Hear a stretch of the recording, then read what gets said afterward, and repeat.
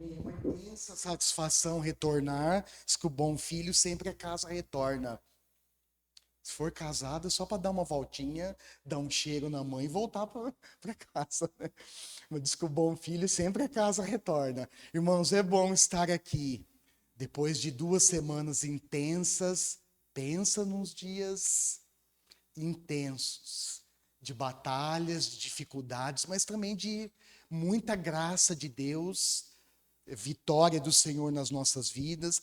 Retornamos de Guararapes depois de um tempo de cuidados e assistência com o meu sogro. Obrigado pelas orações, ele está melhor, porém o seu quadro clínico ainda é delicado e demanda muitos cuidados. Mas nós agradecemos de coração e também depois retornando de Campo Grande, de um tempo assim, eu na realidade poderia ficar aqui o culto inteiro descrevendo, tentando pelo menos descrever, irmãos, o que eu vi, o que eu ouvi e o que eu presenciei em Campo Grande nesses últimos dias. Foi assim um tempo especial de um agir, de um derramar do Espírito Santo, das manifestações do Espírito. Nós vimos pessoas sendo curadas, não só fisicamente, mas curadas na alma.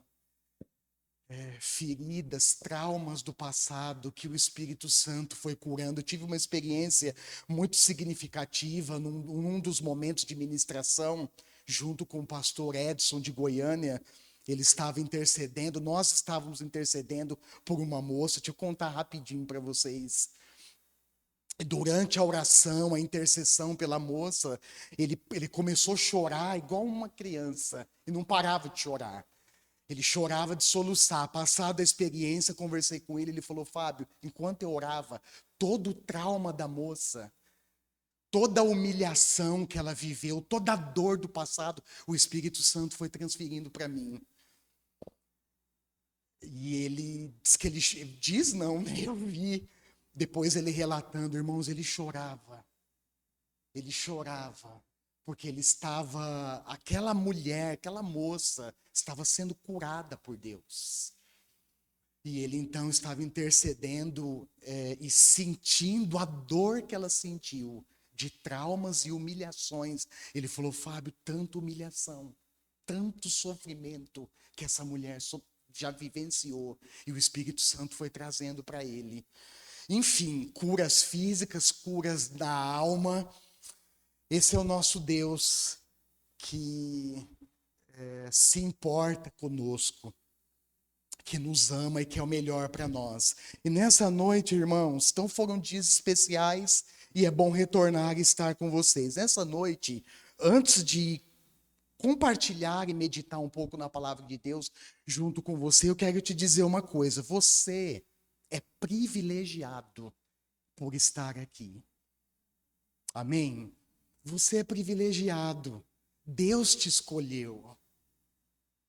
Deus te chamou para fazer parte dessa grande missão, dessa missão cuja dimensão nós vamos ver aqui, é grande, é grandiosa, é sublime, é extraordinária, é incomparável, e Deus te escolheu para essa missão. Você está pronto? Amém? Amém. Abre comigo sua Bíblia, então, por favor, lá no Evangelho de Mateus, capítulo 28, versos 16 ao 20. É um texto muito lido, muito guardado aqui, ó, mas que precisa impulsionar os nossos pés, nosso coração, para essa missão. Olha lá, Mateus 28, 16 ao 20. Vou fazer leitura na NVI e você acompanha aí na sua Bíblia, na sua versão. Os 11 discípulos foram para a Galiléia, para o monte que Jesus lhes indicara. Quando o viram, o adoraram, mas alguns duvidaram. Então Jesus aproximou-se deles e disse: foi-me dada toda a autoridade nos céus e na terra. Portanto, vão e façam discípulos de todas as nações, batizando-os em nome do Pai, do Filho e do Espírito Santo, ensinando-os a obedecer a tudo o que eu lhes ordenei, e eu estarei sempre com vocês até o fim dos tempos. Amém. Essa semana, irmãos, eu fui relembrado sobre os 115 anos da imigração japonesa, que aconteceu no dia 18 de junho de 1908, quando o primeiro navio aportou no Brasil, trazendo imigrantes japoneses, lá no Porto de Santos. E eu me lembrei também da história do missionário japonês chamado Takeo Monobe. Quantos daqui já leram esse livro? Se você não leu, eu vou te encorajar. Entra lá, nesse aqui é meu. Mas entra lá na loja virtual da Igreja Hollins, no site da Igreja Hollins. Adquira o seu, vale a pena. Inclusive, eu preciso revisitar essa leitura, porque ela é muito importante. Eu me lembrei do Takeo Monobe, que 17 anos depois, exatamente no dia 15 de julho de 1925, ele desembarcou no Porto de Santos para proclamar o evangelho aos japoneses. Dá mais um enter, Gui. Isso. A Igreja Hollins, nós sabemos, e é importante, importantíssimo, a gente conhecer a nossa história. E a Igreja Hollins, ela nasce, ela é fruto do trabalho missionário desse missionário japonês chamado Takeo Monobe. Ali está ele, junto com a sua esposa, Sayoko Monobe. É uma foto bem antiga, desculpa, por isso da dificuldade para visualizar, mas se você entrar também no site da Igreja Hollins no Brasil, tá lá essas fotos, tá lá parte da história, vale a pena visitar e conhecer. Portanto, no dia 15 de julho, tá chegando, hein?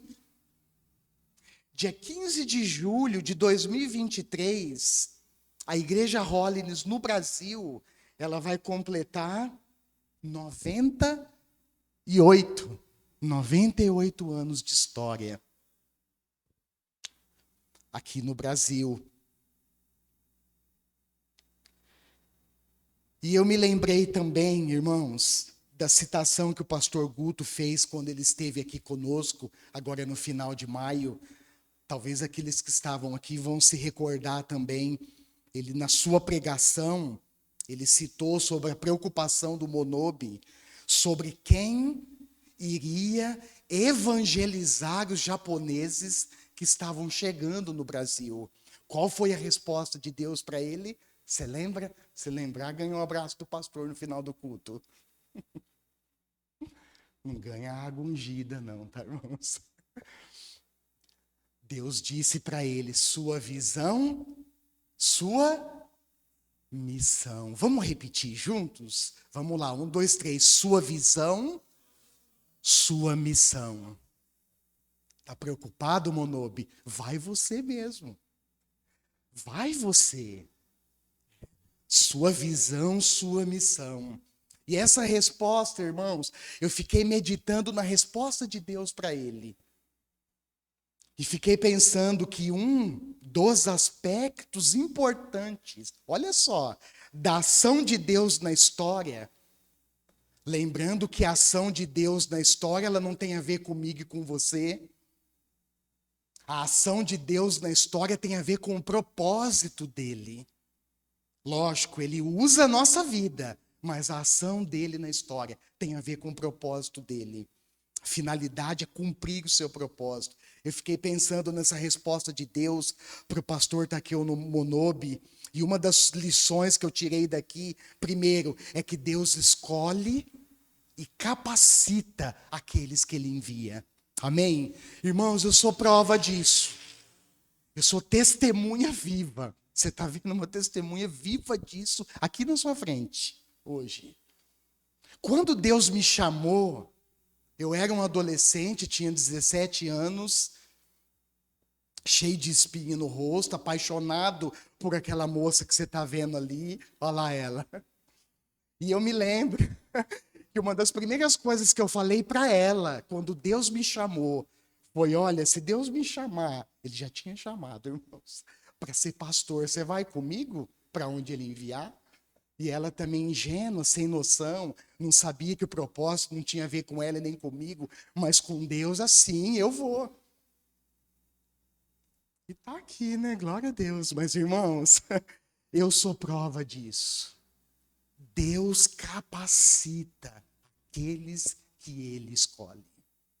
Lembra quando Deus, eu vou falar daqui a pouquinho, mas já adiantando, chamou Moisés? O que Moisés respondeu para Deus? Ah, Senhor, às vezes a gente é assim, né? Cheio de desculpa. Ah, Senhor, sabe o que é? Certeza, sou eu mesmo. Eu tenho dificuldade para falar. Não sei, Senhor, se vai dar certo isso. Mas o fato é, irmãos, que quando Deus escolhe, ele nos capacita. E eu tenho sido prova disso. A segunda lição é que a responsabilidade de se envolver na missão, ela é de todos nós. Ela não é só dos pastores e missionários que estão ativos no campo. Aliás, eu preciso lembrar que todos nós somos missionários. Onde nós estamos, não necessariamente transcultural, sair do próprio país e ir para outros lugares do mundo. Não, nós somos missionários onde nós estamos. E a responsabilidade, irmãos, de se envolver nessa missão, ela é sua, ela é minha, ela é de todos nós. Porque todos nós somos missionários. Atos capítulo 1, verso 8, está escrito assim: mas receberão poder quando descer sobre vós o Espírito Santo. E serão minhas testemunhas em Jerusalém, em toda a Judéia e Samaria e até os confins da terra. Poder do Espírito, irmãos, nós não podemos esquecer isso. Não é para que o culto cristão se torne um palco de exibicionismo ou de exibição. O poder do Espírito Santo é para que nós sejamos testemunhas de Jesus. Aqui em Três Lagoas, lá no seu trabalho, lá na sua escola, onde você está, o poder do Espírito é para a igreja ser testemunha de Jesus no mundo inteiro.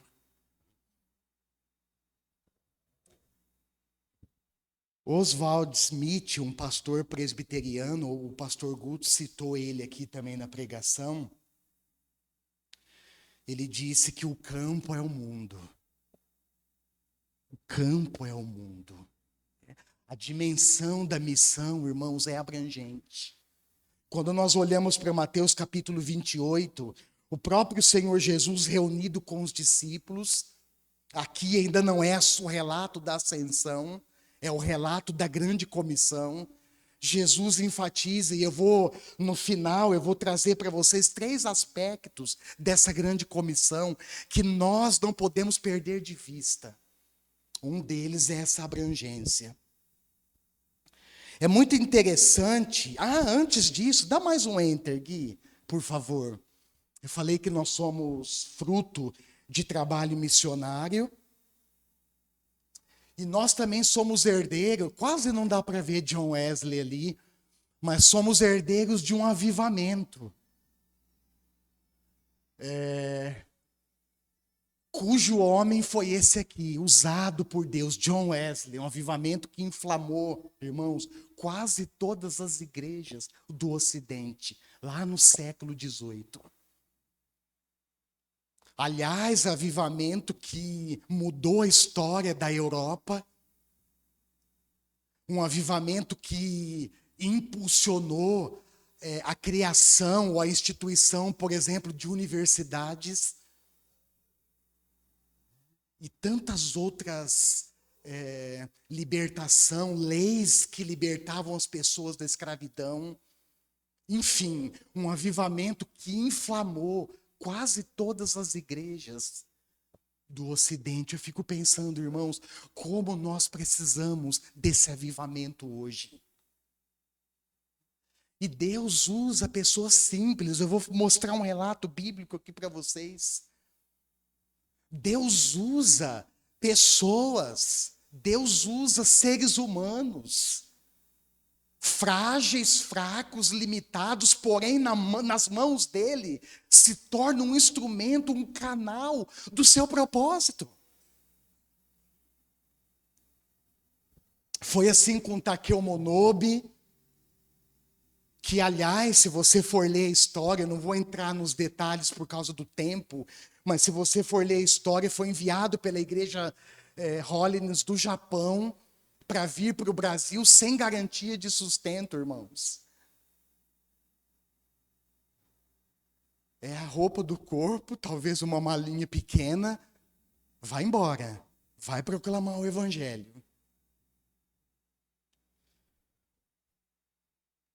Mais um. O início desse movimento foi lá no Japão, no ano 1901. O bispo Juji Nakada e também Charles Kalman, se você for ver a história, você vai encontrar tudo isso lá. Juji Nakada também foi um homem muito usado por Deus.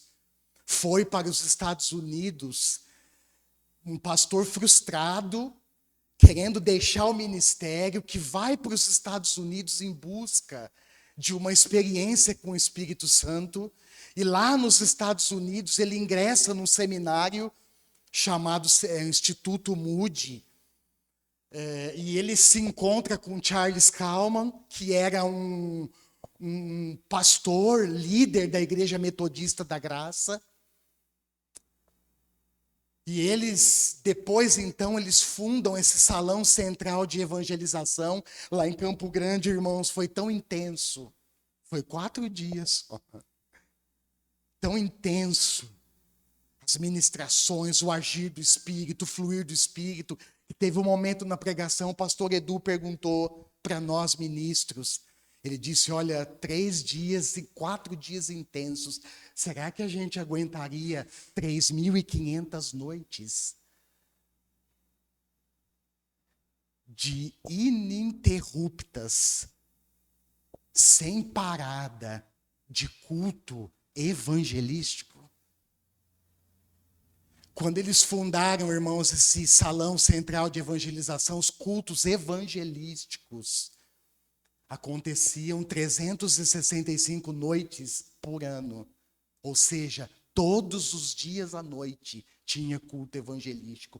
3.500 noites sem interrupção de culto evangelístico, proclamando o evangelho. Eu fico imaginando, não estava lá, mas eu fico imaginando o fluir do Espírito por meio da palavra, pessoas se entregando a Jesus, pessoas sendo salvas, pessoas sendo libertas, pessoas se achegando ao evangelho, pessoas sendo salvas. O evangelho sendo propagado, comunicado no poder do Espírito por muitas e muitas pessoas. Mais um, Gui. De novo, pastor presbiteriano, lá no Canadá, Oswald Smith, ele disse, missões se faz com os pés dos que vão,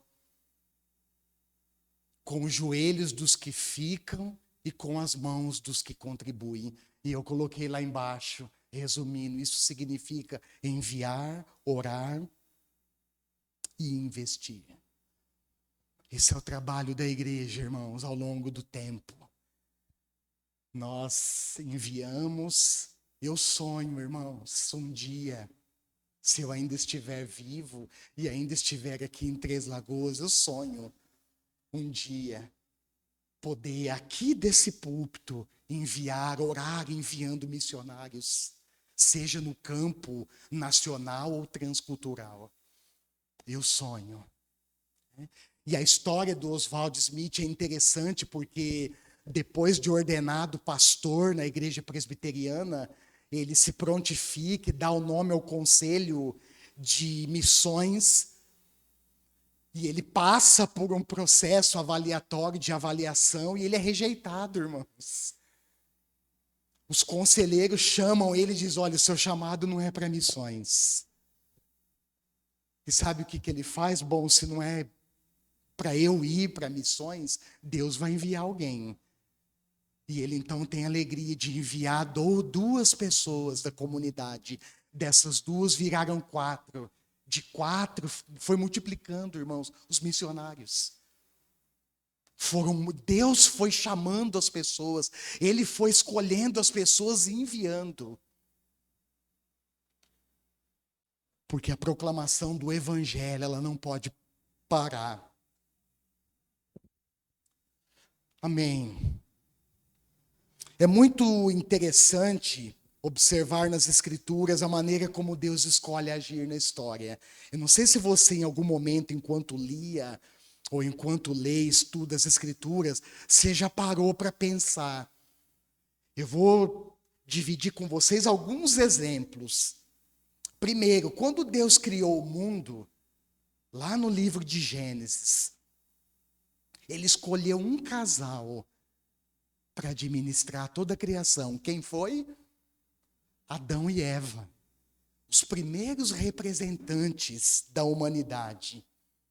Quando Deus decidiu eliminar os homens da face da terra, Gênesis capítulo 6, porque a perversidade, a maldade do homem tinha aumentado absurdamente no mundo, Deus então decide eliminá-los da face da terra. Quem que Deus escolheu para povoar a terra novamente depois do dilúvio? Noé e a sua família. Gênesis capítulo 6, Gênesis capítulo 7, Gênesis capítulo 9, por aí em diante. Quando Deus decidiu abençoar, olha só, todas as famílias da terra, as famílias, irmãos, a família é um padrão divino. A família, a instituição família, a partir de um homem, de uma mulher e depois dos seus descendentes, é um padrão de Deus. Ainda que nós vivamos num mundo corrompido pelo pecado, num mundo onde uma enxurrada de ideologias contrárias tentam nos arrastar juntos, nós não podemos abrir mão disso. A família é um projeto de Deus. E quando Deus decide abençoar todas as famílias da terra, ele escolheu a família de quem? Gênesis capítulo 12. Família de Abraão, que certamente não era um homem perfeito, pelo contrário. A sua família não era uma família perfeita, pelo contrário. O seu pai era idólatra, adorava deuses pagãos, mas Deus escolhe Abraão para que a partir dele todas as famílias da terra fossem abençoadas. Quando Deus, olha só, outro exemplo, Êxodo capítulo 3, decidiu libertar o povo de Israel do cativeiro egípcio. Quem ele escolheu? Eu falei agora há pouco, né? Isso, Moisés. Deus escolheu Moisés, irmãos, para instruir, para liderar o povo. E olha, eu vou falar, hein? Nós reclamamos dos desertos da vida. Às vezes. Mas foi no deserto da vida que Deus ensinou Moisés. Deserto é uma escola de Deus. Quando Deus, olha essa, irmãos, essa é demais. Eu fico assim, eu fico extasiado, eu fico. É demais. O agir de Deus é demais. Quando Deus, o próprio Deus, decidiu vir ao mundo, quem que ele escolheu?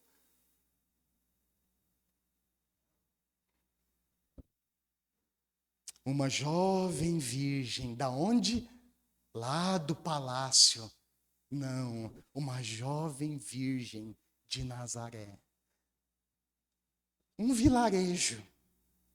De tantos vilarejos que tinham na Galileia, ele escolhe uma virgem de Nazaré para ser a mãe do Filho de Deus. Com isso eu quero enfatizar para você o seguinte: Deus quer agir hoje. E sabe quem que ele está escolhendo? Você. Você. Pastor, mas eu sou limitado, eu tenho dificuldade para falar, eu sou vergonhoso, eu sou tímido, fico paralisado diante de algumas situações, mas é você que Deus escolheu. Ah, pastor, tem gente muito mais capacitada do que eu. Tem, eu sei, tem mesmo, irmãos, mas Deus te escolheu e Ele te capacita a cumprir o seu propósito. Agora volta de novo para o tema. Desculpa, eu saí um pouquinho, mas volta de novo lá para o tema proposto, a dimensão da missão. E quando nós olhamos, irmãos, atentamente, olha de novo para o texto de Mateus, capítulo 28, versos 16 ao 20. Quando nós olhamos com um olhar atento, criterioso para a grande comissão, nós somos levados a perceber, mais uma vez, que somos convocados por Deus, pelo nosso Senhor Jesus Cristo, para uma tarefa específica. Qual é essa tarefa? Fazer discípulos. É interessante olhar esse texto, porque o único imperativo que nós encontramos aqui é esse: façam discípulos. Façam discípulos. Olha lá o verso 18 e 19. Então Jesus aproximou-se deles e disse: foi-me dada toda a autoridade nos céus e na terra. Portanto, vão e façam discípulos. Da onde? De todas as nações. Eu estava fazendo uma pesquisa rápida. É interessante, eu não vou entrar aqui também, porque é um assunto também complexo, mas é interessante você aprender a definição, a distinção de país, estado e nação. Se você for, inclusive, a ONU, a Organização Nacional, Organização das Nações Unidas, não sei se esse dado é atualizado, mas segundo as informações da ONU, hoje existem no mundo todo 193 países. Sem contar os estados, nações, inclusive nação, tem uma definição específica. Porque trata de um grupo de pessoas cujos os dois pilares principais é a cultura e a religião. E eu fiquei pensando um pouco nisso, e olhando para a grande comissão, eu fiquei pensando, meu Deus, o evangelho precisa chegar em todos os países. O evangelho, irmãos, ele precisa ser proclamado pela igreja em cada cantinho de cada nação, de cada país, de cada estado, de cada município. O evangelho precisa chegar. Por isso, a dimensão da missão, ela é abrangente. Façam, Jesus disse, ordenou, façam discípulos de todas as nações. E o método que Deus escolheu para restaurar a humanidade foi chamando pessoas para segui-lo. Essa é a tarefa da igreja, irmãos. Não existe uma tarefa mais primordial do que essa. Ainda que exista no nosso programa atividades legítimas que são importantes. Mas a tarefa primordial, a ordem a ser cumprida pela igreja é fazer discípulos.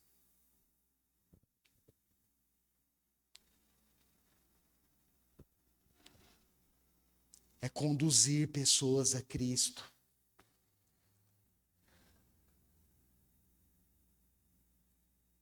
Você tem conduzido pessoas a Cristo? Você tem cumprido com fidelidade a tarefa de proclamar o Evangelho onde você está?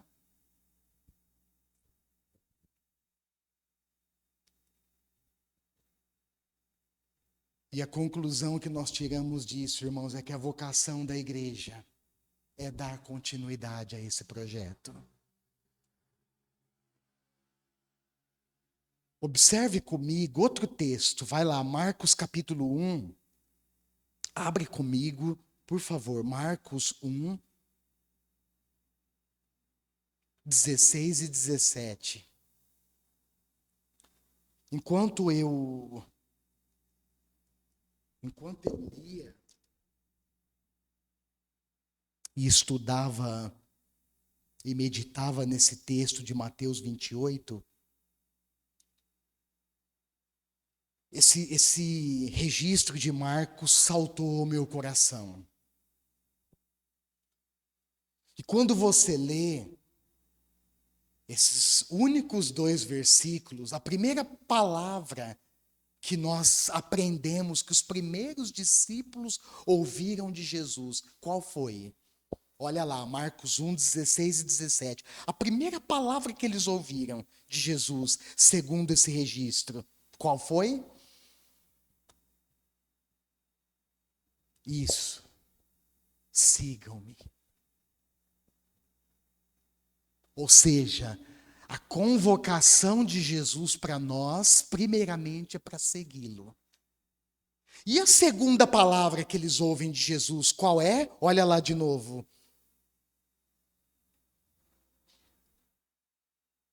Ainda no 17. E eu os farei pescadores de homens.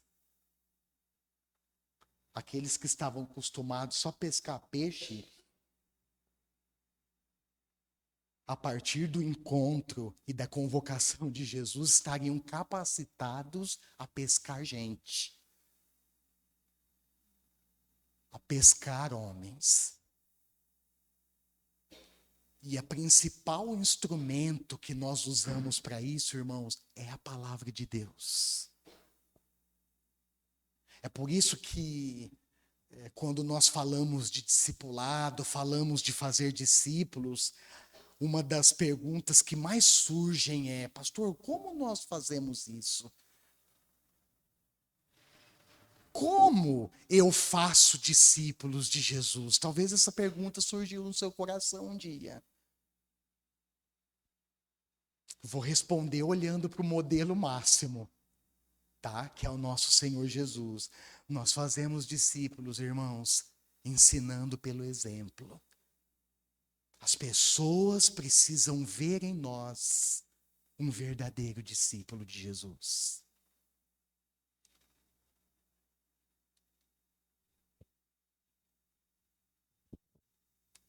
O exemplo de seguir esse Cristo ressurreto, de sermos transformados pela sua palavra e ensinar outros a viver o mesmo, a fazer o mesmo.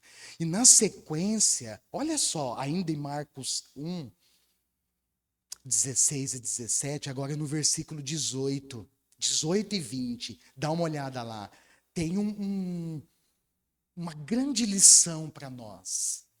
A postura daqueles primeiros seguidores de Cristo nos ensina uma grande lição. Olha lá, qual é? Versículo 18 e 20. No mesmo instante, o que eles fizeram? Eles deixaram as suas redes e o seguiram. Olha o 20.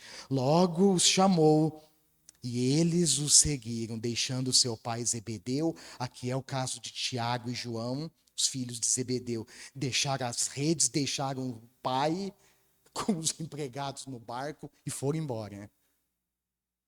Sabe o que eu aprendo aqui, irmãos? Prontidão para seguir a Cristo e obedecer a sua ordem. A prontidão, irmãos, A disposição de seguir os passos de Jesus e de ser fiel no cumprimento da ordem garante o resultado. O fruto dessa prontidão, se você continuar lendo os evangelhos, você vai ver isso. O fruto dessa disposição, dessa prontidão em segui-lo e obedecer a ordem de fazer discípulos, resultou no avanço do evangelho e no crescimento dos seguidores de Jesus. Irmão, só tem um jeito. Deus tem diversas maneiras de agir, mas o método da igreja crescer, do reino de Deus avançar, é um só.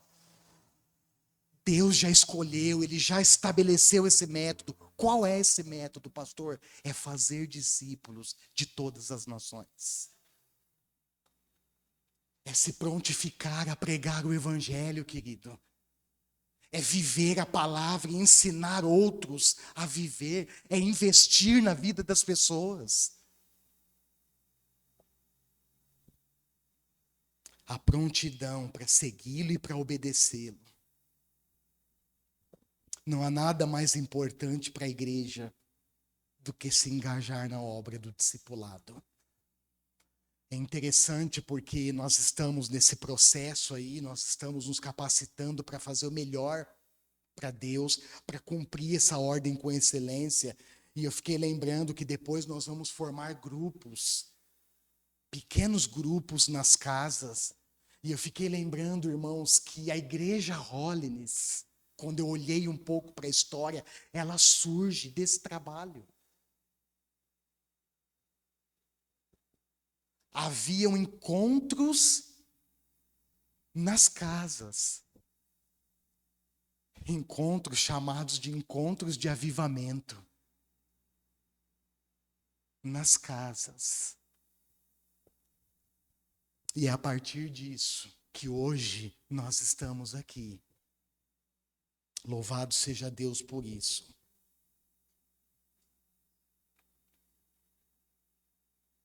Nós não podemos, irmãos, nos distanciar da nossa essência como discípulos.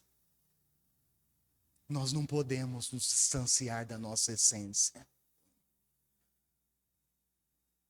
Eu sei, já falei aqui, por mais necessária que sejam as demais atividades com as quais nós nos envolvemos, se essas atividades, irmãos, não contribuírem efetivamente para o cumprimento da missão, nós estaremos aquém da nossa razão de ser.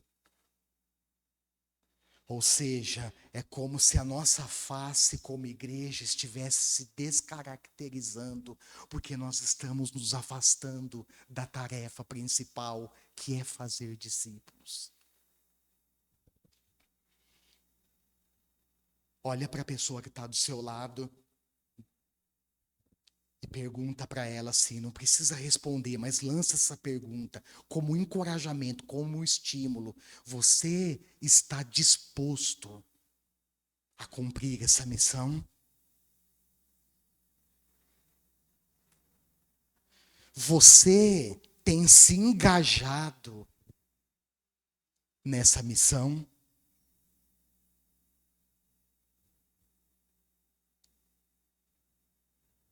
É interessante porque, desculpa eu.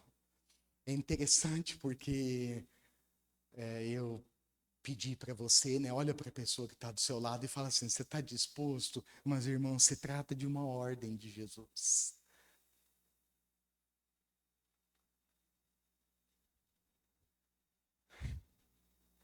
Se Ele é o Senhor, logo nós obedecemos.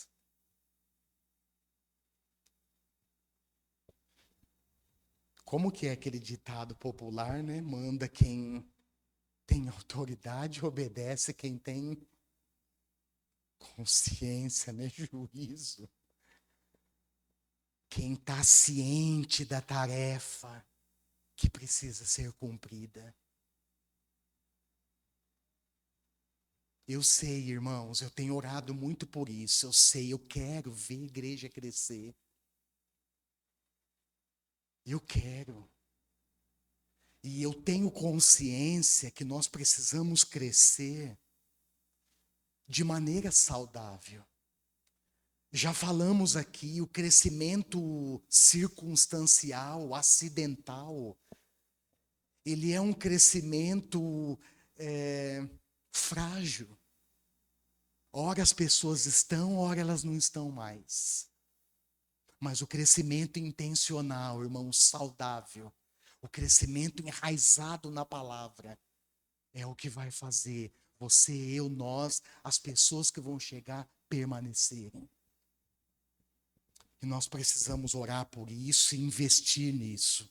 E eu quero encerrar, irmãos, dizendo o seguinte, pontuando, como eu falei para vocês, os 3 aspectos que eu destaquei da grande comissão, que nós não podemos perder de vista. Olha lá de novo, Mateus 28. Primeiro, a vocação da igreja, por definição, segundo o registro da grande comissão, é multiétnica. Ou seja, a ordem é clara: façam discípulos de todas as nações. De todas as nações. A dimensão da missão é extensa. E a responsabilidade continua sendo de cada um de nós. De cada um de nós. E nós, irmãos, precisamos ser fiéis à ordem do nosso Senhor Jesus.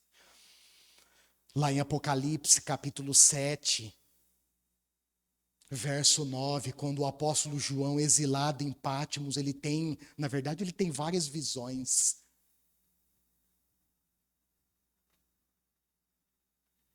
E lá no capítulo 7, verso 9, é maravilhoso, porque ele tem uma visão e ele contempla. Depois você pode estudar com calma na sua casa, uma imensa multidão. Grande demais, está escrito lá, para ser contada. De todas as nações, tribos, povos e línguas, em pé, diante do trono e do Cordeiro de Deus. E Deus nos chama, irmãos, Deus nos escolhe, nos convoca para fazer parte dessa missão. Cá entre nós é maravilhoso, não é? Só que às vezes, irmãos, nós nos fechamos dentro de nós mesmos. Quando eu olho para o livro de Atos, sabe o que eu vejo, irmãos? Homens queimando pelo Evangelho. Quando eu olho para a experiência dos primeiros seguidores de Jesus, os primeiros discípulos, irmãos, eu vejo gente disposta a dar a sua vida por amor ao Evangelho. E nós falamos tanto de Evangelho, essa palavra é tão repetida e ouvida por nós, mas o que é o Evangelho? O Evangelho é a proclamação de Jesus Cristo ao mundo. Lembra o que o Oswald Smith disse? O campo é o mundo, irmãos. Essa semana, acompanhando, fazendo estudo bíblico com uma pessoa, eu disse para ela, olha, a Bíblia ensina que há festa no céu quando um pecador se arrepende. E aí eu disse para ela, como eu queria, pelo menos uma vez na vida, que Deus abrisse os meus olhos espirituais para enxergar essa festa no céu. Imagina, irmãos, a festa no céu, quando um pecador se arrepende.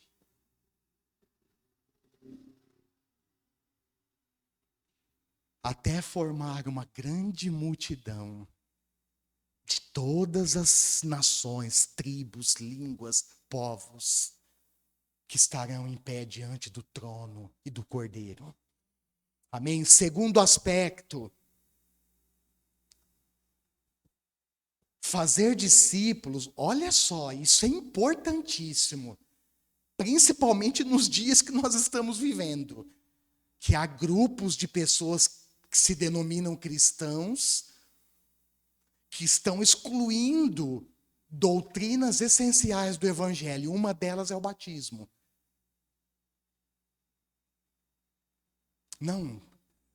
Quem falou que precisa se batizar? Não, não, não. Quem falou que precisa congregar numa comunidade, numa igreja? Não, não, não. A igreja sou eu, você aqui, ó. É a gente aqui mesmo. Cuidado, irmãos, com esses enganos.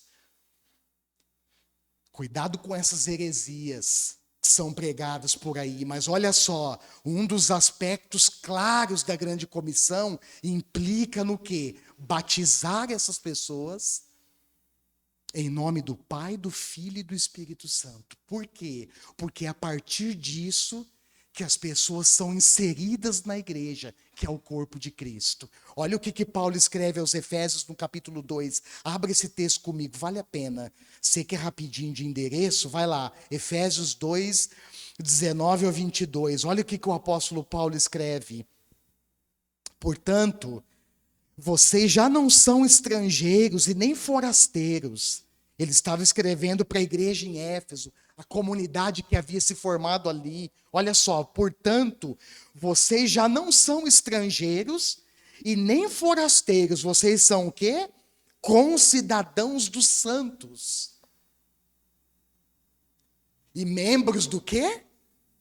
Da família de Deus, edificados sobre o fundamento de quem? Dos apóstolos e dos profetas, tendo Jesus Cristo como pedra angular, a pedra de esquina, a pedra principal, a pedra que estrutura essa família, é Jesus, irmãos. Olha só, a pedra angular, no qual todo edifício é ajustado e cresce para tornar-se um santuário santo no Senhor. A igreja, irmãos, é um santuário santo. Porque essa pedra angular chamada Jesus Cristo habita na igreja. Por meio do seu Espírito Santo. Ele sustenta, irmãos, ele dá a estrutura, a fundamentação principal para que a igreja possa se estabelecer e crescer. E ele fecha, né? Olha só. No qual, nele, em quem? Nele quem? Jesus, essa pedra angular. Vocês também estão sendo edificados juntos para se tornarem morada de Deus por seu Espírito. Então, fazer discípulos, irmãos, implica em batizar as pessoas. O batismo é um sacramento ordenado por Jesus. E a partir disso as pessoas são inseridas na igreja, que é o corpo dele. Em Cristo, cada discípulo passa a pertencer à comunidade gerada ou instituída pelo próprio Deus. E o batismo atesta isso. E terceiro aspecto, fazer discípulo implica em ensiná-los. Irmão, você já parou para pensar que dos aspectos primordiais da grande comissão é o ensino da palavra? Olha só, implica em ensiná-los a obedecer a metade do que Cristo ordena. É isso que está escrito lá em Mateus 28? Olha o que está escrito lá. Ensinando-os a obedecer a tudo. Tudo o que Cristo ordenou.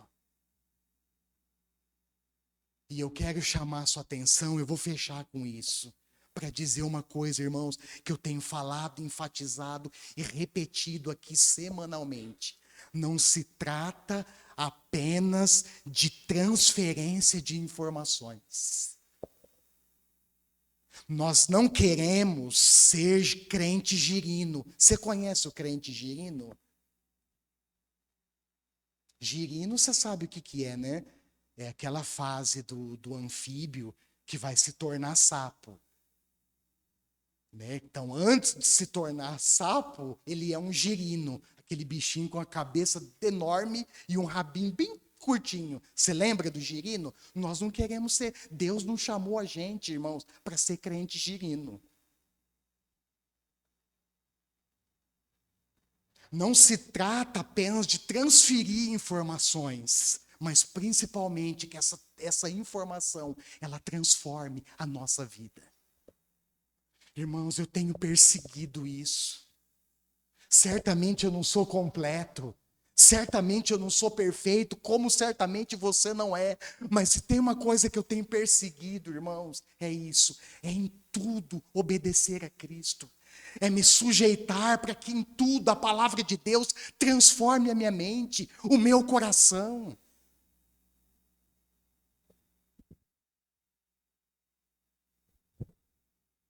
O crente girino tem a cabeça cheia de informação, mas o coração vazio de transformação. A palavra de Deus, irmãos, ela precisa ser vivenciada por cada um de nós. A palavra de Deus, todos os ensinos de Jesus, irmãos, precisa penetrar o mais fundo da nossa alma, a ponto de nos tirar de prisões. A ponto, irmãos, de abrir os nossos olhos para a realidade que está diante de nós. Às vezes, irmãos, eu olho para o mundo, eu estou me referindo às pessoas que estão lá fora, que precisam ouvir o evangelho, que estão distantes de Deus. E às vezes nós caímos naquele engano da nossa própria mente, e ainda vem o inimigo para somar e atrapalhar mais ainda. As pessoas não vão ouvir. Elas têm muitas preocupações, muitos problemas, elas não querem saber de igreja, elas não querem saber de Deus. Pode até ser que essa seja uma realidade de muitas pessoas, mas deixa eu te dizer uma coisa, isso não exime a sua e a minha responsabilidade, irmãos, de continuar pregando o evangelho. A igreja, ela é detentora da palavra de salvação. A igreja é detentora, irmãos, presta atenção no que você está ouvindo, da maior e mais sublime mensagem de todos os tempos. Irmãos, nós não podemos nos calar.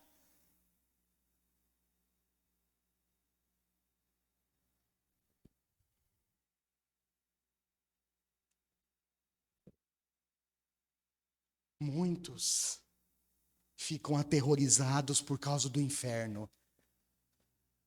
Alguns até questionam, pastor, é real? É real. Olha para as escrituras.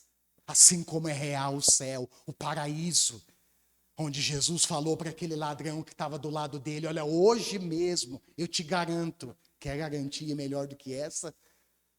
Hoje mesmo eu te garanto, você estará comigo no paraíso. E às vezes a gente fica tentando pensar, como é que vai ser para ser paraíso? Sabe por que é paraíso, irmãos?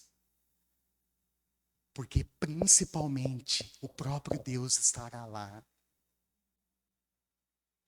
Às vezes as pessoas perguntam para mim, pastor, lá em Apocalipse está escrito, está mesmo, que as ruas vai ser rua de ouro, muro de cristal. Vai ser assim, irmãos.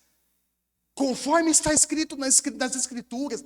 Mas o que mais vai marcar, o que mais é incomparável, acima de tudo, o que os nossos olhos poderão ver, sabe o que é? É que nós encontraremos o nosso Senhor lá. O mais sublime, irmãos, não é rua de ouro e muro de cristal. Sei lá o que for mais. O mais sublime é a presença do próprio Deus conosco. A palavra, irmãos, ela precisa ser aplicada na sua e na minha vida. Nós precisamos viver, irmãos, o evangelho. Fazer discípulos, eu quero encerrar com isso, de todas as nações, é mostrar o que é seguir a Jesus em todos os aspectos da vida. Eu fico triste porque ainda hoje há cristãos velhos de igreja, que ainda fazem o que nós chamamos de dualismo. Ou seja, separa o religioso do restante, de todos os outros aspectos da vida. Deixa eu te falar uma coisa, querido. Não existe dualismo. Não existe separação. Cristo quer ser o Senhor de tudo na sua e na minha vida. Pastor, então o senhor quer dizer que quando eu estou cozinhando, aquilo é um serviço espiritual? Sim. O senhor quer dizer que quando eu estou trabalhando, preenchendo as planilhas lá no meu serviço, atendendo as pessoas, faz parte da espiritualidade cristã? Sim, é isso que eu estou dizendo. Não há separação, irmãos. Tudo que nós fazemos diz respeito à espiritualidade cristã. Tudo que nós vemos, falamos, ouvimos, faz parte da nossa fé. Fazer discípulos é seguir a Jesus em todos os aspectos da nossa vida, em casa, na universidade, no trabalho, nas obrigações morais, nas obrigações civis, enfim, em tudo. Por quê? Porque Jesus é o Senhor de tudo. Feche os seus olhos. Certamente, queridos, tem muita história a ser contada ainda. Deus é o Senhor da história, aquele que escreve a partir da sua vontade soberana e dos seus propósitos, a história que inclusive está em curso. A história que inclusive está em andamento. Pastor, quando é que essa história tem fim? A eternidade nós sabemos que é ausência de tempo. É eterno. Não tem mais cronos. Mas essa história contemporânea que está em curso, irmãos, ela terá um fim quando Jesus voltar. Até lá, eu quero te encorajar, viva a palavra. Até lá, eu quero te encorajar. Pregue o evangelho, faça discípulos. Faça discípulos, seja você um verdadeiro discípulo e faça verdadeiros discípulos de todas as nações. Que essa palavra te encoraje, você que posteriormente vai acompanhar pelo canal do YouTube, essa palavra te encoraje, te desperte para a grande tarefa, primordial tarefa da igreja, que é fazer discípulos de todas as nações. Um abraço apertado, que Deus te abençoe. Ore